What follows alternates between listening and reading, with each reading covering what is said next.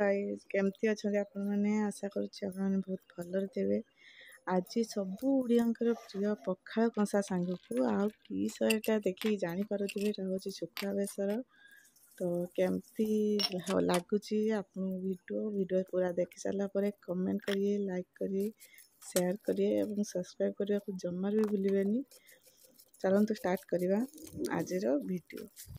आज नहीं पतिरी शुखुआ जोटा को आम ओडियारी शुखुआ बोली कहूँ से अल्प उषुम पानी रे भेदे देछि ता मुंड सब काढ़ी देछि तापर अल्प उषुम पानी रे भेदे कि ता भल भाव धोई नवा। तापर मु काटिछि एठी आलू कंटा सॉरी बैगण आउछि पणस मंजी जोटा कि पणस मंजी ए टाइम नुआ बाहर ताकू सेटा पकेले बहुत बढ़िया लागिवो।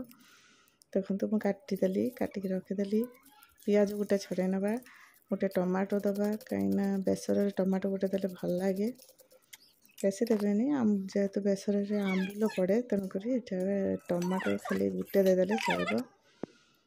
तो बेसर कौन दरकार ना सोरिष रसुण जीरा कंचा लंका ताको भी गोटे बाउल नहीं भल भाव शिଳରେ बाटी ग्राइंडिंग करनी दरदर गोटा कर सबकि बाटी रेडी कर सारापर गैस लगे कढ़ा बसईदेली अल्प तेल देती शुखुआटा को धोई जो रखी भल भाव भाजी नवा।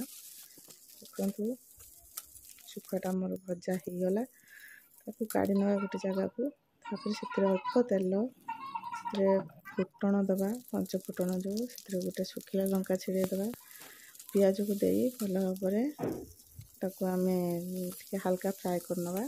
से जो गोटे टमाटो काटिक रखी पकईदेली पटा हो रही सोरिष बेसर को पकईदेली भल भाव गोलैदबा बेसी कषानी पानी देदबा से सीझी आसिले परिया पकईदबा से आम लुण हलदी ऐड करदे स्वाद अनुसार लुण मु हाफ चमच हल्दी नहीं आपणकर परिवार हिसाब से आप हलदी पकेबे लुण स्वाद अनुसार। तापर देखो हो आसला मसला से रखी काटिक परिया को पकईदेली भल भाव मिक्स करनेली।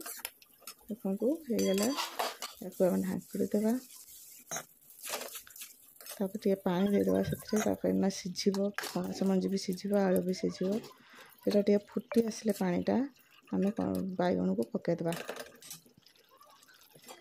परिवा भल भाव सीझीगले आम से शुखुआ पकईबा आउ आंबुल पकईदबा देखिए सीटा हल्का मखा मखा रखा तो पखाल सांगरे भारी स्वादिया लगे थे खाई ट्राए करेंगे और कमेंट कर निश्चय जनइबे कि एटा केमती लगुच।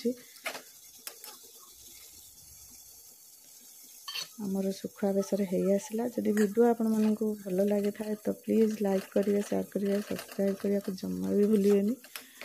तो रही जय जगन्नाथ। देखो आमर रेडी होगा पखाल सांगरे शुखुआ बेसर सबू ओडिया घर घर परिचित पखाल सांगरे शुखुआ बेसर केमती लगे निश्चय कमेंट कर जनइबे।